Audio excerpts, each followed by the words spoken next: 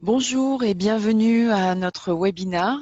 Donc Christine et moi sommes enchantées de vous accueillir et de partager avec vous nos réflexions et notre expérience en matière de digitalisation des organismes de formation. Nous allons démarrer par une présentation personnelle. Donc, pour ma part, je suis Anne Tesson, cofondatrice de MDA Formance, qui est un organisme de formation et de conseil créé avec Marie-Dominique Catrin en 2004. Je suis formatrice et consultante au sein de notre cabinet. Je suis spécialisée dans le domaine des ressources humaines et tout particulièrement en gestion prévisionnelle des emplois et des compétences et en gestion des potentiels. Je suis également spécialiste de l'ingénierie de formation et de l'ingénierie pédagogique et à ce titre, j'anime des formations de formateurs depuis 2002. Je vais passer le micro à Christine pour qu'elle puisse se présenter. Merci Anne. Bonjour à toutes et à tous. Je suis Christine Morel, chef de projet Blended Learning. J'accompagne les organismes de formation et les entreprises à la digitalisation de leur formation, soit lorsqu'elles veulent se lancer, soit lorsqu'elles sont déjà dans cette démarche de digitalisation et qu'elles ont besoin d'accélérer leur projet. Alors, j'interviens soit au niveau de la méthodologie en accompagnement, mais également sur la production de contenu de formation. Auparavant, j'ai travaillé une trentaine d'années dans le salariat et notamment les 10 dernières années sur le domaine de la gestion des connaissances dans une entreprise auprès d'experts métiers et de formateurs internes. Anne, je te redonne la main pour la suite. Merci Christine. Donc nous allons rentrer dans le vif du sujet et donc pour aborder le plan de ce webinar. Donc, nous allons partager avec vous donc les réflexions autour du contexte et des enjeux du digital pour les organismes de formation aujourd'hui. Hein, on a un contexte qui est favorable au digital et on va développer cette partie-là. On fera un bref retour en arrière pour voir l'historique de la digitalisation de la formation et voir ce qui s'est passé au cours de ces 20 dernières années. On s'intéressera à l'organisation interne qui est nécessaire pour engager la formation digitale et Christine fera un zoom sur les solutions digitales pour nous donner une plus grande culture sur ces questions-là. On prendra un petit temps en fin de webinaire pour traiter vos questions et y apporter des réponses et traiter vos remarques aussi si vous en avez. Voilà. Alors, concernant le contexte, hein, les éléments de contexte, ils sont importants que ce soit un contexte récent ou un contexte un petit peu plus général. Donc, c'est important de resituer la réflexion sur la digitalisation dans le contexte socio-économique actuel. Donc, notre observation, notre réflexion, notre expérience nous amène à identifier plusieurs enjeux auxquels les organismes de formation font face aujourd'hui et qui rendent la digitalisation incontournable. Donc le premier enjeu, c'est un enjeu économique.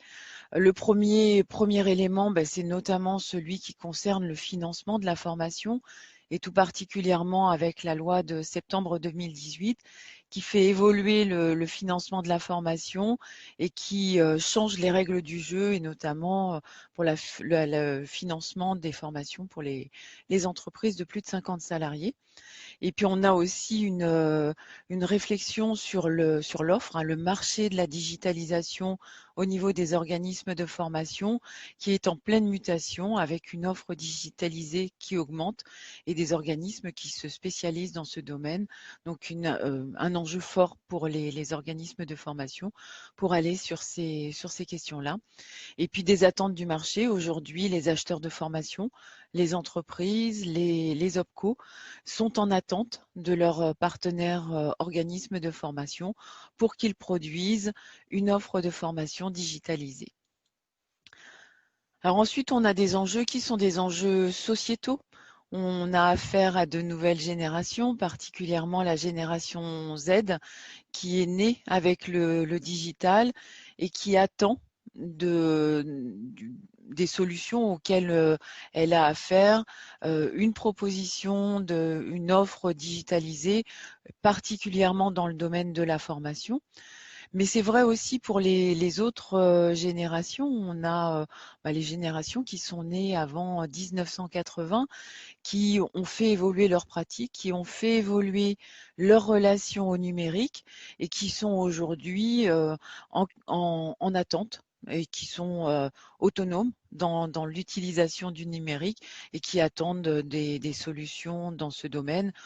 C'est des gens qui ont une pratique aujourd'hui d'utilisation de tutoriels sur Internet et qui seront à même d'accéder à une formation digitalisée dans de bonnes conditions. Et puis les événements récents, le Covid tout particulièrement, qui a vraiment mis un coup d'accélérateur sur la formation digitale et qui nous a d'autant plus incité à développer en tant qu'organisme de formation des solutions digitales. Enfin, on a des enjeux qui sont des enjeux technologiques. On a la chance aujourd'hui d'avoir des solutions qui sont des solutions nombreuses, une offre sur le marché des solutions digitales pour les organismes de formation qui est importante, abondante et qui nous permet d'adapter les solutions aux besoins particuliers des organismes de formation et des stagiaires. On a aussi des réseaux qui sont adaptés. Le webinar qu'on anime ce matin en témoigne. On peut avoir des solutions technologiques et des réseaux qui permettent de supporter l'animation de formation avec des groupes importants. Et puis la 5G qui arrive et qui va nous donner d'autant plus de possibilités à ce niveau. Et puis le dernier point, c'est les équipements individuels et professionnels qui favorisent la formation à distance dans le sens où de plus en plus de personnes individuellement sont équipées d'ordinateurs portables, de smartphones, de tablettes. Et au niveau professionnel, on a aujourd'hui des possibilités importantes pour se former et accéder à une offre de formation digitalisée de façon confortable.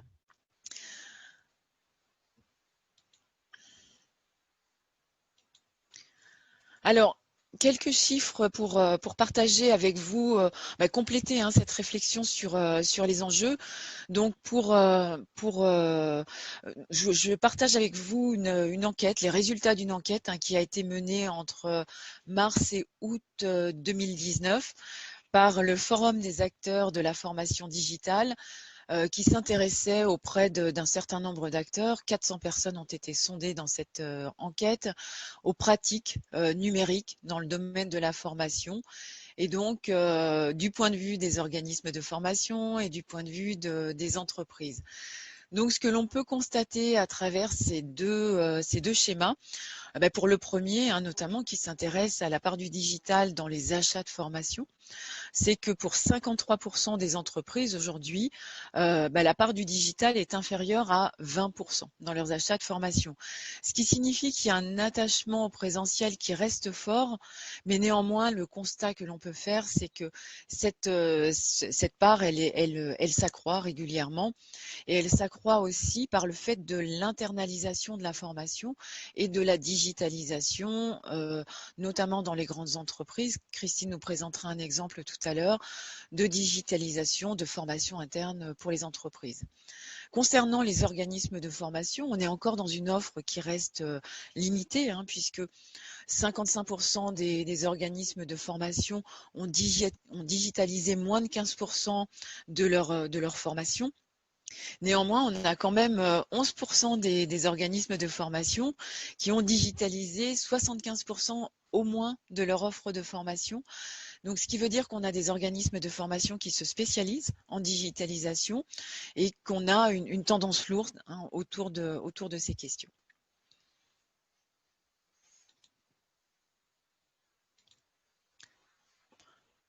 Alors ensuite, que pensent les différents acteurs du digital learning?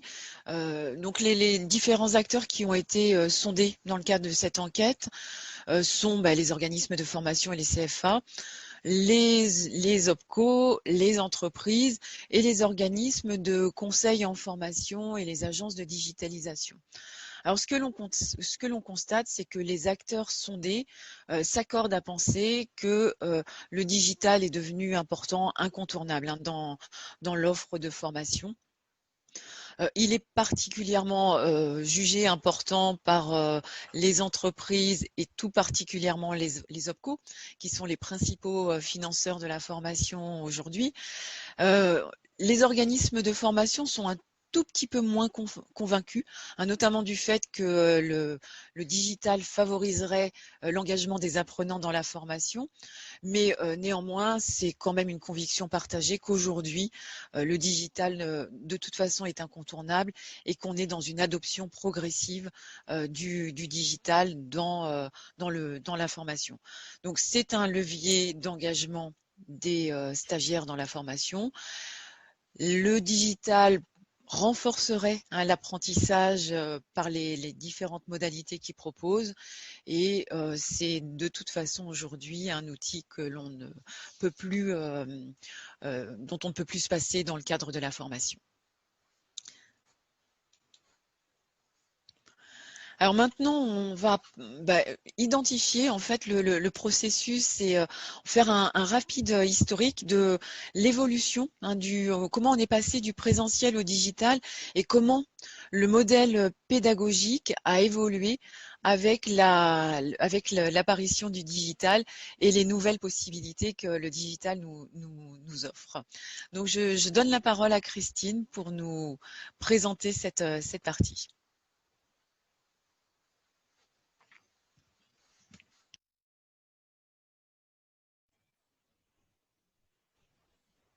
Je pense que c'est bon. Oui, ok, désolée. Un bref retour en arrière, effectivement, sur cette évolution au fil des 30 dernières années, où on partait d'une situation avec quasi uniquement du présentiel, même si le distanciel a pu exister, on se souvient tous par exemple du CNED. On est arrivé ensuite à une période où, avec le développement d'Internet et la baisse des coûts des équipements informatiques, le e-learning a explosé. Et à cette époque, il se voulait venir en substitution du présentiel. Et puis, l'expérience a montré que le e-learning seul avait ses limites. Il est très difficile de garder des apprenants engagés seuls devant leur formation en ligne jusqu'au bout. Et donc, peu à peu, on a réintroduit le présentiel aux côtés du e-learning, mais à l'époque, sans qu'il y ait véritablement d'articulation et de complémentarité forte entre ces deux modalités.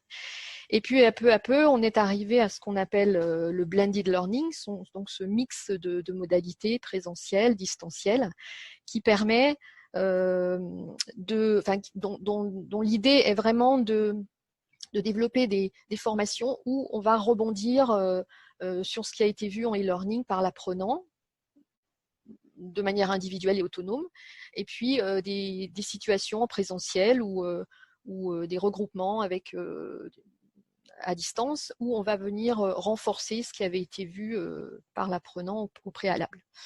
Et puis de là, on arrive au digital learning. Alors digital, c'est pas spécifique à la formation, bien évidemment. Le digital est dans toutes les sphères de notre vie. Le digital, comme disait Anne un peu plus tôt, apporte une multitude de solutions et d'outils numériques qui peuvent être utilisés, y compris en présentiel, pour l'animation de formation. Ça apporte plus d'interaction, plus d'interactivité avec les apprenants, qui sont du coup moins passifs.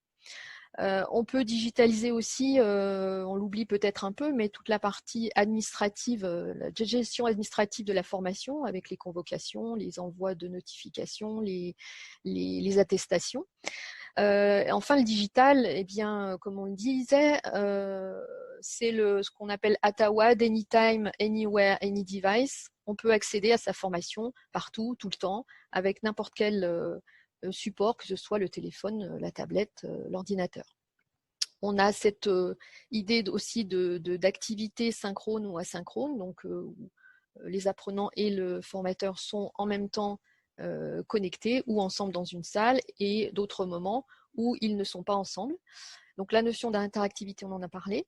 Et puis effectivement, comme je le disais, les usages, on se calque sur les usages de la vie et du grand public. Hein, le digital est partout. Et puis avec le digital, on répond aussi à ce besoin de pallier à l'obsolescence rapide des connaissances. Aujourd'hui, dès qu'une mise à jour doit être faite sur tel ou tel sujet, bah, c'est facile de développer un nouveau module e-learning, par exemple, et de former plus rapidement, de permettre aux apprenants d'accéder plus rapidement aux informations.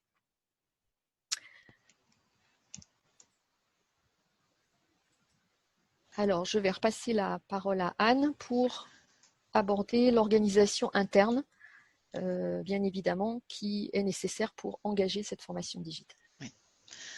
Alors, pour commencer cette réflexion sur l'organisation interne, on va vous proposer un sondage de façon à ce que vous puissiez, à partir de votre expérience ou à partir de ce que vous pressentez, ressentez, identifier votre point de vue concernant les freins au développement de la digitalisation du point de vue des organismes de formation ou du point de vue que vous représentez en participant à ce webinaire.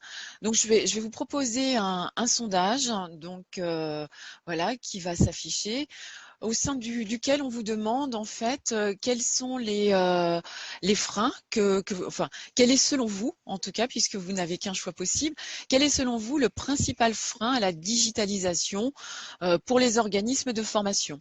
Donc le coût initial, récurrent, le coût technique, le coût humain, la volonté d'engagement sur la durée, le manque de culture numérique, la nécessité que le digital impose de repenser l'ingénierie et les pratiques pédagogiques, la formation des formateurs ou la résistance au changement. Donc on vous laisse voilà quelques secondes là pour vous prononcer et puis on affichera les résultats de ce sondage pour partager ensemble voilà votre ressenti par rapport à ces freins et qu'est-ce qui empêche aujourd'hui, qu'est-ce qui peut poser problème dans la digitalisation de l'offre de formation.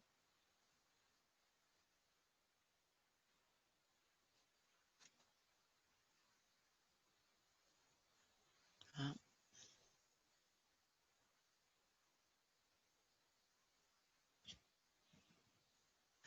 Donc 5 personnes n'ont pas encore voté, je les laisse s'exprimer et puis on partagera les résultats. Ok. Il nous reste 2 personnes.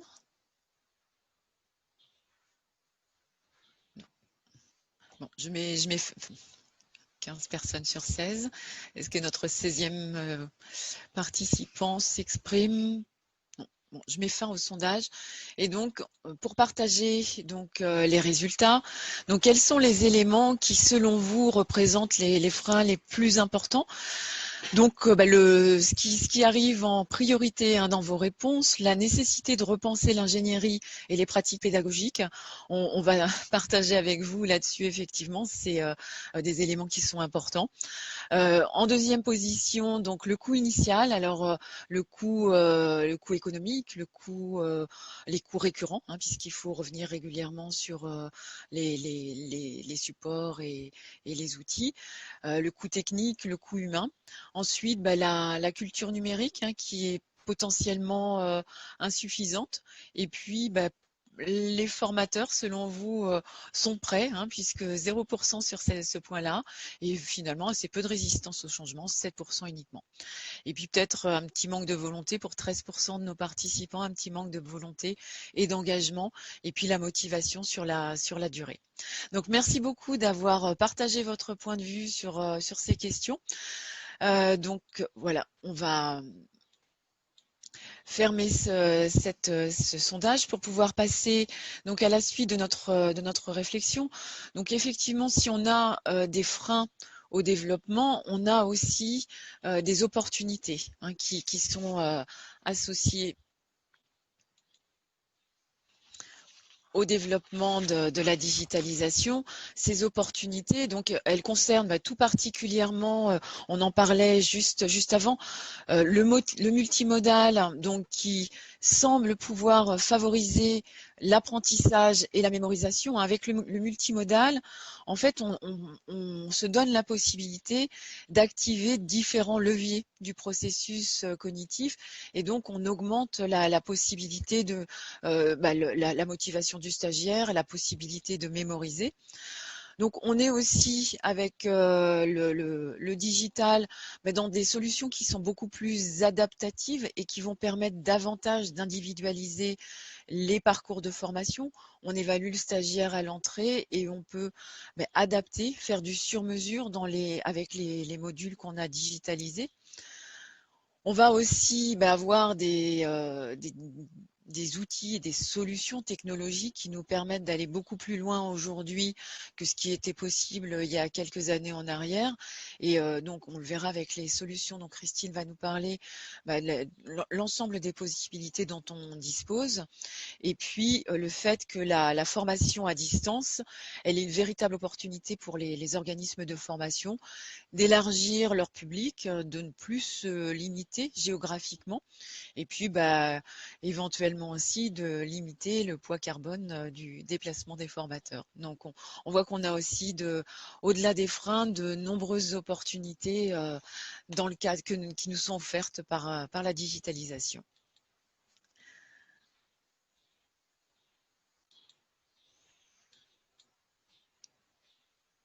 Alors, les conditions du succès. Donc nous, on vous le disait, on partage notre expérience et nos réflexions autour de ça. On travaille sur l'ingénierie de formation et l'ingénierie pédagogique depuis fort longtemps chez MDA Formance. Christine, c'est aussi son parcours. Et ce qui est important pour nous, pour que la digitalisation soit un succès, c'est que la digitalisation, c'est pas une fin en soi. En fait, ce qui est important, c'est bien de mettre ce potentiel de digitaliser des contenus au service de l'apprentissage, et que la finalité de notre démarche, elle demeure toujours les objectifs d'apprentissage et la prise en compte des besoins de l'apprenant. Après, ce qui est intéressant, on le voyait dans le sondage précédent, mais c'est aussi le rôle du formateur qui est en pleine évolution avec la digitalisation. Les formateurs qui ont déjà mis ça en place se rendent compte que leur rôle évolue. Aujourd'hui, on devient des superviseurs, des facilitateurs, des guides, des tuteurs. Le rôle du formateur, il devient aussi essentiel par rapport à la motivation des stagiaires. C'est important de s'assurer que le stagiaire ne décroche pas et qu'il reste très présent à son apprentissage, y compris à distance. Et puis un nouveau rôle qui apparaît avec la digitalisation, c'est ce rôle du Digital Learning Manager.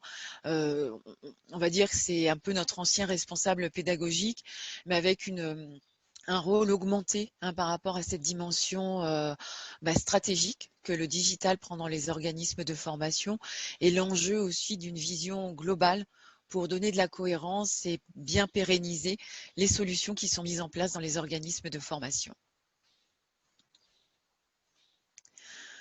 Alors, concrètement, digitaliser une formation, et là je vais laisser la parole à Christine pour qu'elle nous explique, puisque c'est le cœur de ses accompagnements auprès des organismes de formation. Oui, alors effectivement, on a parlé des enjeux, on a parlé de l'organisation nécessaire en interne, on a parlé des freins, des opportunités, et puis vous vous dites, bah oui, et maintenant, alors comment on fait concrètement, de quoi il s'agit? Alors, j'ai essayé de vous représenter un petit peu le cheminement pour digitaliser une formation.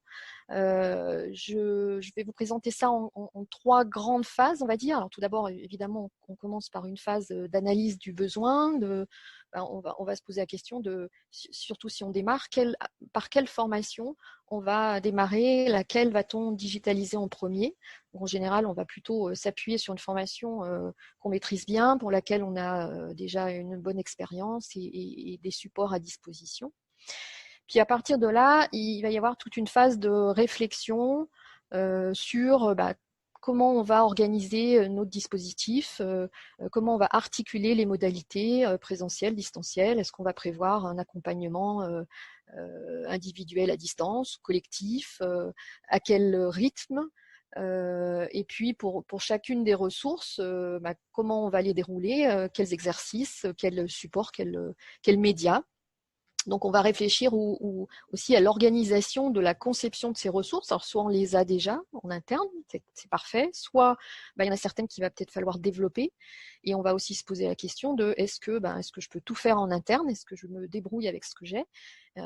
Ou bien est-ce que je vais externaliser certaines conceptions, vidéo ou autres supports?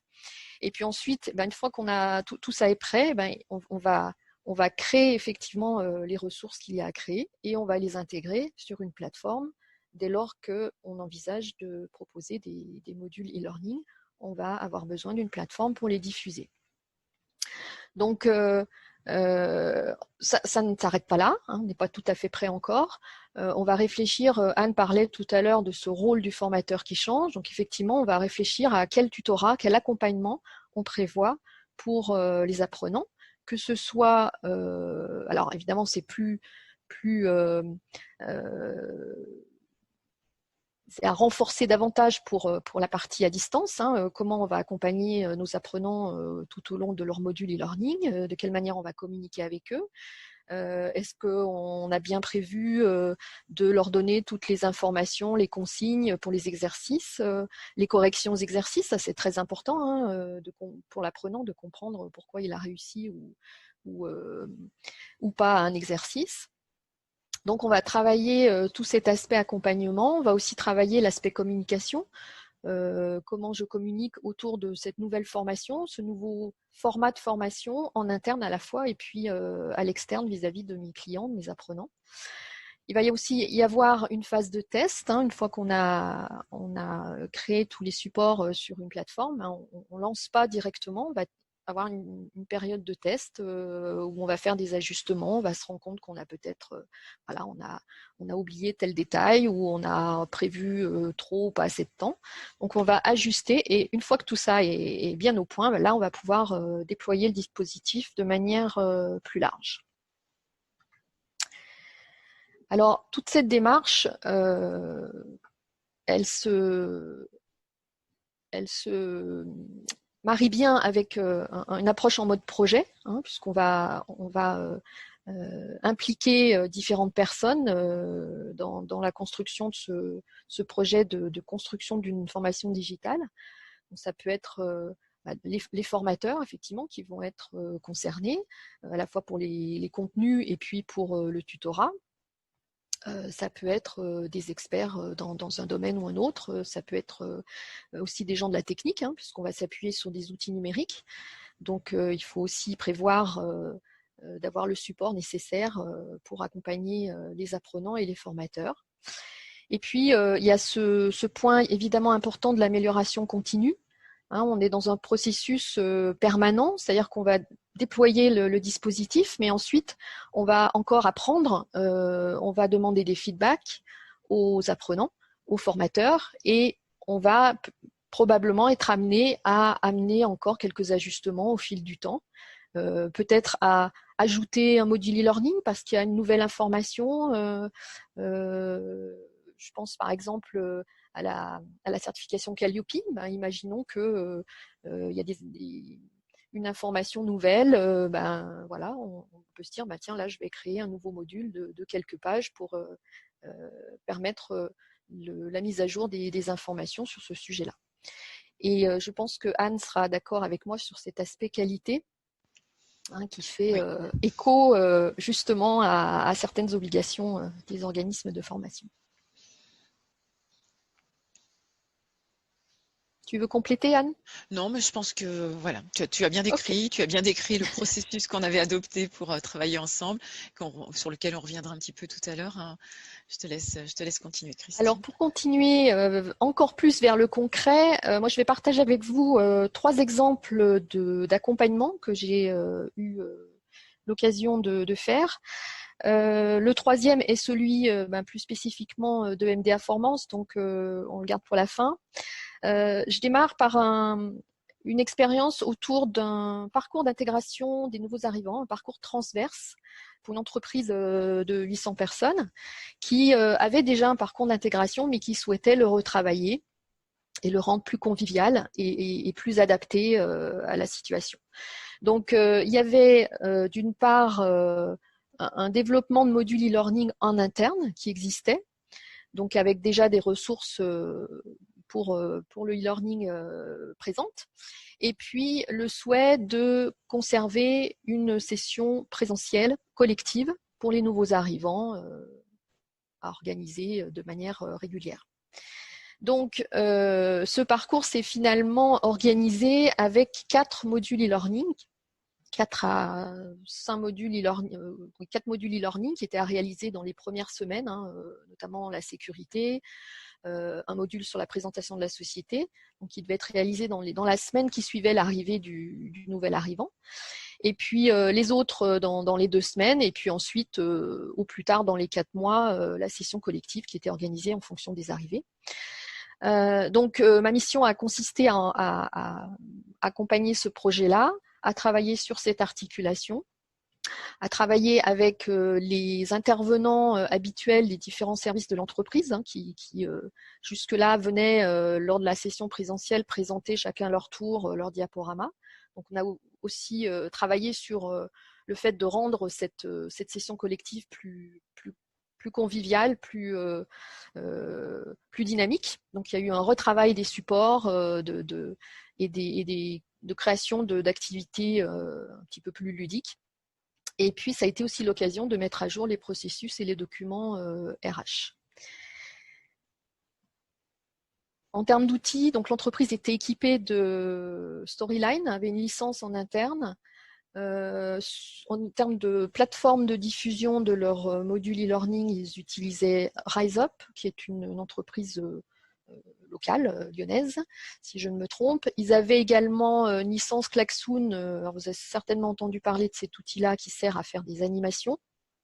Et puis en interne, un SharePoint par le biais duquel aussi on avait retravaillé un peu l'accès aux différentes informations concernant l'entreprise qui pouvaient être utiles aux nouveaux arrivants. Donc les points pour moi que j'ai tirés les enseignements que j'ai tirés de cette expérience-là, c'est que la disponibilité des intervenants et des ressources est vraiment primordiale. Quand on se lance dans le projet, il faut vraiment s'assurer que les personnes qui doivent participer, produire elles-mêmes des ressources, elles doivent se rendre disponibles, sinon ça peut durer très très longtemps. Il y a une démarche d'accompagnement du changement dans le sens où là, par exemple, pour la session collective, du coup, ça allait demander aux intervenants des services de présenter un petit peu différemment l'activité de leur service, et ça peut être quelquefois un petit peu déroutant pour des personnes qui n'ont pas l'habitude. Et puis la communication interne dans l'entreprise, là c'était important pour faire savoir à l'entreprise, aux salariés, aux managers que ce programme d'intégration allait se dérouler différemment et quel allait être leur rôle dans ce parcours.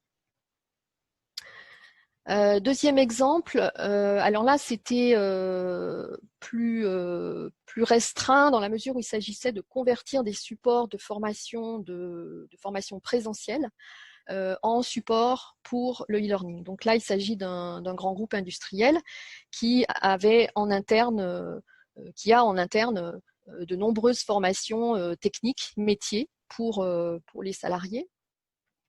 Et ils ont décidé de numériser tout ça. Donc eux avaient leur propre plateforme de diffusion de e-learning en interne et utilisaient un outil qui s'appelle iSpring Suite, qui est en fait une boîte à outils qui vient se greffer sur PowerPoint. Donc moi j'ai utilisé cet outil-là pour que ensuite eux puissent tout de même être autonomes pour apporter des modifications si nécessaire dans le futur. Donc là, moi, je recevais les fichiers PowerPoint d'origine et je leur rendais à la place des fichiers, toujours sur PowerPoint, mais sur un modèle particulier, avec des interactions des exercices, des quiz, etc. Et eux récupéraient les fichiers pour les intégrer dans leur plateforme. Donc tout, par exemple là, tout s'est fait à distance. Hein, c'est ce que je retiens de cette expérience-là. Tout s'est fait à distance. Je recevais les fichiers, je les travaillais, je les renvoyais. Si on avait des points à faire, on les faisait par téléphone ou par mail. Et puis, ce qui a été important, c'est que les contenus avaient déjà été tout de même travaillés par rapport à ce qui était utilisé pendant le présentiel. Alors, en fonction des formateurs concernés, c'était plus ou moins, comment dire, simplifié.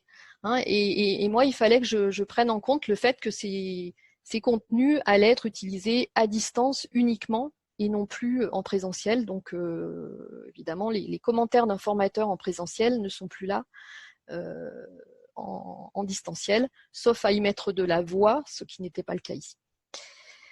Enfin, le troisième exemple.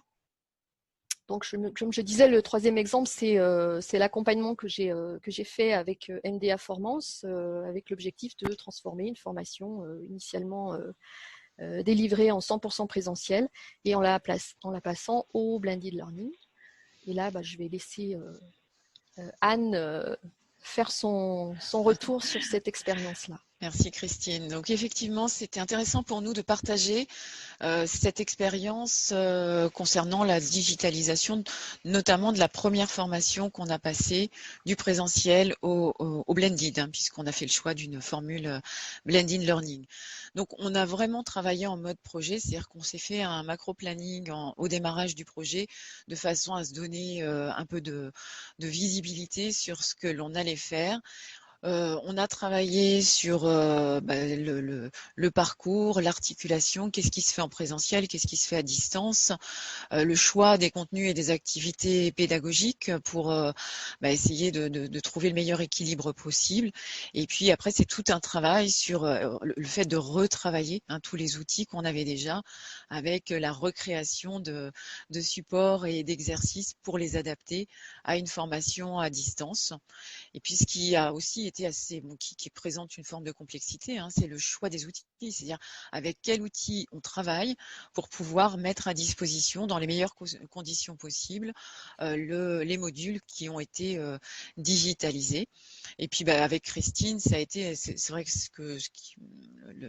qui est important aussi, c'est-à-dire qu'on a eu besoin nous de travailler avec Christine pour nous accompagner sur ce travail, dans la mesure où on n'avait pas les compétences en interne et que Christine a progressivement pu faire du transfert de compétences en nous aidant sur l'ensemble de ces éléments, aussi bien sur le mode projet que sur le choix des outils et la construction du parcours. Alors, pour compléter la présentation, c'est ce que j'ai trouvé intéressant de partager avec vous dans le cadre de ce webinaire, c'est finalement ce passage du présentiel au distanciel. Donc les deux tableaux, ce sont deux progressions pédagogiques. La première, celle en haut, c'est notre progression pédagogique en présentiel. Elle présente les différentes étapes relativement simplifiées. Le formateur, ce qu'il a à faire, il est face à ses stagiaires et il connaît son déroulement pédagogique. La deuxième, elle met en évidence ce que nous impose en fait la formation à distance, de granularisation, de subdivision en autant d'étapes que ce que va faire le stagiaire, c'est-à-dire vraiment anticiper le pas à pas du stagiaire quand il n'a pas le formateur près de lui.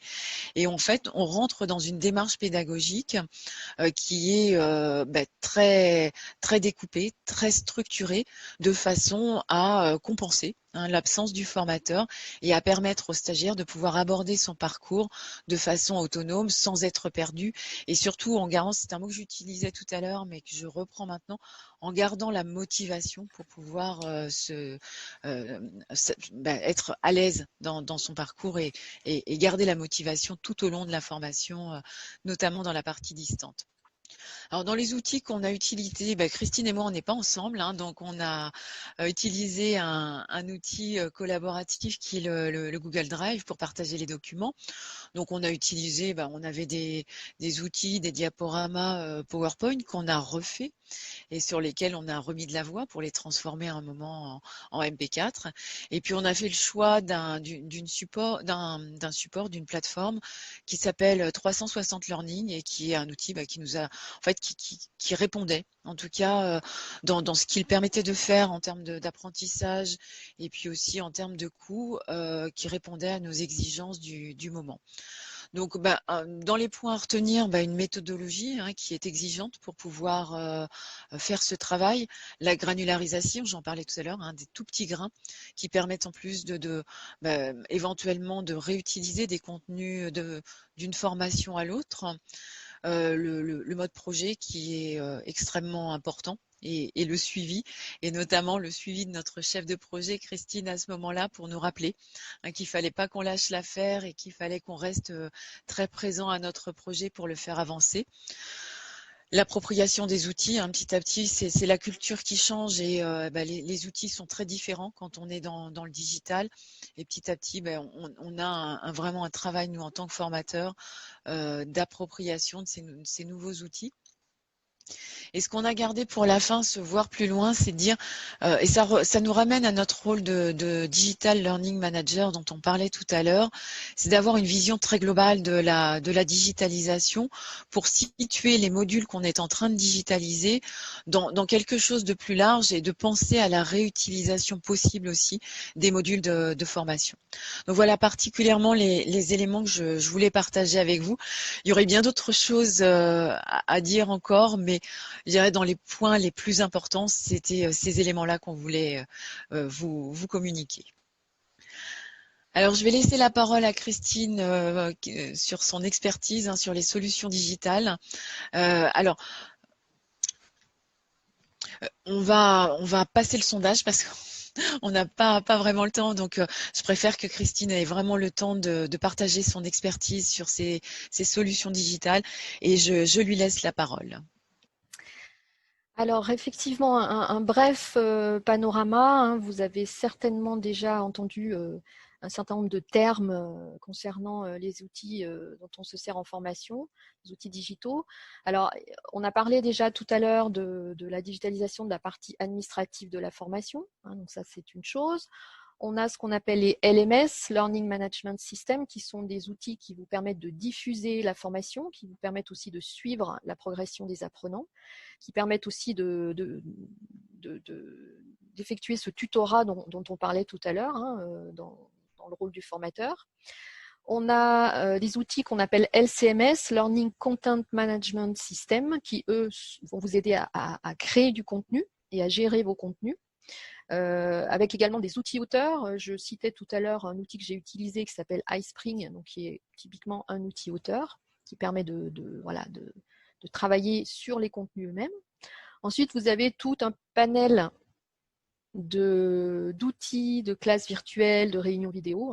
Aujourd'hui, par exemple, on utilise Zoom, mais vous en avez certainement utilisé pendant le confinement avec vos familles. Il y en a pléthore.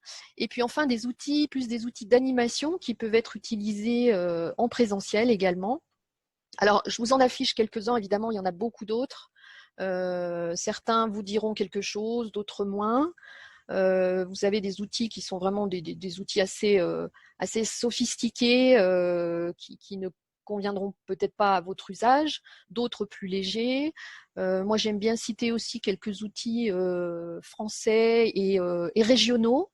Donc, sur la gestion administrative de la formation, par exemple, Dolibar, je crois que c'est une entreprise de la Drôme, si je ne me trompe, Anne. Ton micro est coupé. Oui, voilà. c'est bien ça. All-in-One, c'est un outil d'une entreprise qui est située en Rhône-Alpes, en Isère. Après, on a au niveau des LMS, alors des grosses pointures, j'ai envie de dire, comme CrossKnowledge ou Talentsoft. Après, on retrouve 360 Learning qu'on a utilisé avec MDA Formance. iSpring a également une application LMS. Rise Up, Camp Num. Enfin, bon, si vous allez sur Internet, vous allez en trouver plein. Vous avez également des outils open source qui existent.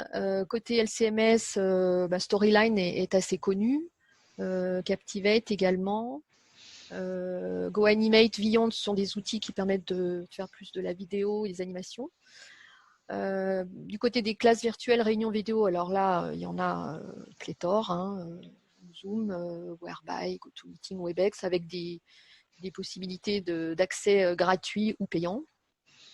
Et puis pour les outils d'animation, Klaxoon, qui est assez connu, Bicast, qui est un peu l'équivalent, Kahoot, qui est une application du même style, qui est américaine, je crois, ou Clap, ce sont des Belges. Après, vous avez tout ce qui est réalité virtuelle, immersive learning, etc.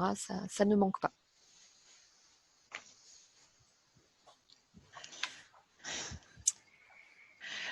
Alors, je reprends la parole pour terminer sur des éléments qui sont des éléments importants pour les organismes de formation.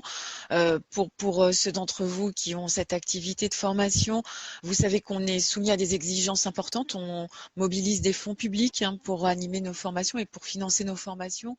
Et donc, les formations à distance ont aussi des exigences particulières. Alors, certaines qui sont communes avec la formation présentielle, certaines qui sont spécifiques. Donc, je voulais faire un petit point avec vous sur ces exigences et notamment donc sur les conditions de mise en œuvre des formations à distance. L'obligation qui nous est faite d'une assistance pédagogique et technique à nos stagiaires. Alors, elle est nécessaire parce que on a besoin de les accompagner, mais elle est aussi exigée de nos financeurs. L'information des bénéficiaires de la formation sur la durée, les objectifs, l'alternance entre le présentiel et le distanciel, comment tout ça s'organise. Et puis la question de l'évaluation, alors à quel moment se font les évaluations? À l'entrée, en continu, à la fin. Et l'obligation qui nous est faite de tracer ces éléments-là et de pouvoir en apporter la preuve. Alors ensuite, dans les éléments, là, les organismes de formation sont bien familiarisés avec ces éléments-là, mais c'est important de le rappeler que la convention de formation est un élément essentiel et obligatoire, ainsi que le programme de formation, dans lequel, notamment dans le cadre des formations à distance ou des formations en blended, on doit préciser les éléments qui sont organisés en présentiel, à distance, et comment tout ça s'articule. Et puis enfin, donc dernier élément, les pièces justificatives, notamment, alors c'est des éléments qu'on pourra mettre en complément des éléments qu'on vous communiquera à la suite de ce webinaire, mais les pièces justificatives qui doivent être produites par l'organisme de formation, notamment le certificat de réalisation qui permet de compiler les informations. Le ministère du Travail a produit un modèle, donc on pourra communiquer, et qui permet de faire une synthèse du parcours présentiel, distanciel, et puis les éléments de preuve pour la réalisation de l'action de formation, les évaluations dont on parlait précédemment, les émargements, etc.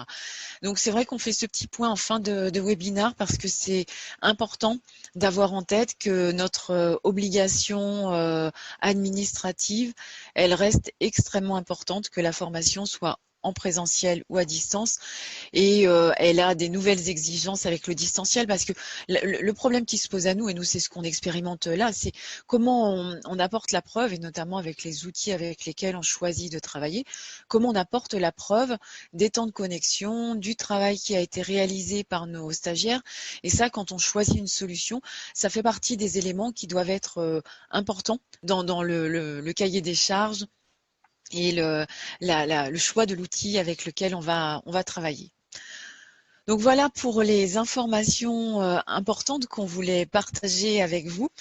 Donc maintenant, on va, si vous avez des questions complémentaires ou des remarques, vous pouvez les saisir dans le chat, dans la partie conversée. Moi, j'en ai repéré une qui concernait en fait le temps de réalisation. Alors moi, je peux répondre pour ma part avec mon expérience d'organisme de formation. Christine pourra aussi revenir sur ses expériences et le temps nécessaire. Alors, il y a plusieurs temps. Il y a le temps du premier projet. Alors, ce premier projet, il est relativement long parce qu'on découvre tout. On a tout à faire, on a à choisir le logiciel, on a à s'organiser, on a à tâtonner sur comment on s'y prend. Donc, c'est vrai que nous, notre premier projet de formation, il a été relativement long. C'est-à-dire qu'on a mis 6 mois. Alors, pas 6 mois pleins, bien sûr, hein, la vie continue au sein de l'organisme de formation, on continue d'avoir des temps de formation et de conseil. Mais on a mis 6 mois pour pouvoir digitaliser notre première formation, mais ce temps, il inclut tout en fait, hein, la progression pédagogique dont je vous parlais tout à l'heure, le choix du logiciel, les phases de test, etc. Donc c'est vrai que ça peut paraître relativement long, mais en tout cas chez nous, c'est le temps qui a été nécessaire. Et ensuite, on va beaucoup plus vite. Hein, nous, on a récemment digitalisé des modules de formation, notamment, moi je peux parler d'une expérience très récente où j'ai digitalisé 17 modules de formation. Dire, bénéficiant de mon expérience, j'ai mis 3 semaines pour pouvoir construire, mettre en place, implanter sur la plateforme et réaliser des tests auprès des stagiaires. Donc voilà, plus on a d'expérience et plus on va vite aussi parce qu'on a dans notre premier projet résolu tous les problèmes. Enfin tous les problèmes, la plupart des problèmes. Alors je laisse Christine s'exprimer sur peut-être les autres projets qui étaient très différents avec aussi des temps très très différents. Oui, alors c'est vrai que la question du temps est toujours un peu c'est toujours un peu difficile d'y répondre parce qu'évidemment, tout dépend aussi de ce que vous voulez faire, de la complexité de la formation que vous voulez digitaliser. Est-ce que vous partez de quelque chose d'existant ou est-ce que vous partez de zéro? Ça dépend aussi beaucoup, comme disait Anne, de la disponibilité. Hein. Pour ce qui est de retravail de contenu, alors si je reviens sur l'exemple que je donnais tout à l'heure où je suis intervenue uniquement sur de la conversion de contenu, hein, donc ils étaient faits, ils existaient. Par contre, il y avait pas mal de travail de retravail d'illustrations, parce qu'il y a pas mal d'illustrations. C'était à peu près 2 jours par module de 45 à 50 diapositives. Voilà, mais ça ne veut pas dire que ça peut sans doute se faire sur une journée. Vraiment, tout dépend de quoi on part. Hein. Et ça dépend aussi, effectivement, si vous avez déjà les outils, si vous avez déjà une plateforme, vous aurez juste à travailler des contenus. Si, comme MDA, il y a eu une phase aussi de réflexion sur quels outils, quelle plateforme on va utiliser, quel outil pour les réunions à distance. Si vous faites un parcours en blended, il y a aussi ce travail sur qu'est-ce que je mets en e-learning, qu'est-ce que je mets en présentiel, qu'est-ce que je mets en réunion avec le formateur. Voilà, je crois que je ne vais pas pouvoir vous donner vraiment une réponse précise, mais en tout cas, il y a à la fois le temps, mais il y a aussi vraiment la disponibilité. Alors, on a aussi, comme le temps passe rapidement, une question sur les coûts, hein, qui est logique dans le sujet que l'on traite. Alors c'est vrai que les coûts là aussi peuvent varier. Alors il y a le coût du temps passé, là on l'a vu, il peut être relativement important puisque voilà le temps d'ingénierie, le temps de construction est important et les solutions que l'on choisit ont des coûts très très différents parce que on est soit sur des solutions où on achète l'application, on l'implante chez soi et donc là on va acheter une licence. Et on a aussi des solutions, et c'est peut-être aujourd'hui le plus répandu. On achète de la connexion, en fait, de la connexion pour l'organisme de formation, puis des connexions supplémentaires pour chacun des stagiaires. Et c'est là où les différents outils qu'on a cités dans le webinaire, vous pourrez aller sur leur site pour voir ce que représentent ces différents coûts. Nous, par exemple, pour ce 360 Learning, on est sur ce fonctionnement-là. C'est-à-dire qu'on paye à chaque formation de stagiaire et on a nos abonnements à nous, bien sûr, pour créer nos contenus. Mais ensuite, selon les formations qu'on anime et qui sont suivies par les stagiaires, on va payer un coût par participant. Donc voilà, je pense qu'on a répondu aux principales questions. C'est vrai que les formateurs, je pense que ça suppose aussi une formation des formateurs. Il y a deux niveaux de formation, hein. Il y a la sensibilisation des formateurs, c'est-à-dire comment on passe d'une culture numérique, d'une culture pardon présentielle à une culture numérique. Et puis après, comment on fait concrètement, c'est-à-dire que donc c'est vrai que nous aujourd'hui, c'était aussi ce sur quoi on voulait clôturer notre webinar, c'est qu'on accompagne les organismes de formation sur ces démarches-là. Donc on les accompagne sur de la formation, de la formation en intra ou en inter, de la formation de formateurs classiques ou de la formation sur justement la digitalisation. Donc ce sont des formations que l'on co-anime avec Christine. Puis après des accompagnements qui sont des accompagnements personnalisés des organismes de formation. Donc sur les différents éléments qu'on a présentés dans le cadre du webinar, conduite de projet, élaboration du cahier des charges, l'aide au choix des outils, à leur implantation, et puis la conception des ressources. Christine parlait tout à l'heure de rapid learning, là où on transforme rapidement. Ça peut être aussi tout simplement ça dans un premier temps. Donc voilà, on arrive à la fin de ce webinar. Donc on a, je l'espère, répondu à vos questions. Et puis on reste disponible sur nos adresses mail, voilà, qui vont s'afficher, que vous avez aussi dans le cadre des envois qu'on a pu faire pour répondre à vos demandes et à vos questions. Et puis on vous remercie de votre participation nombreuse pour notre premier webinaire sur ce thème, et on espère vous retrouver bientôt sur d'autres webinars ou sur vos projets si vous en avez. Merci beaucoup et à très bientôt. Merci Anne, merci, au revoir à tous. Au revoir à tous et bonne continuation. Beau succès dans vos projets de digitalisation.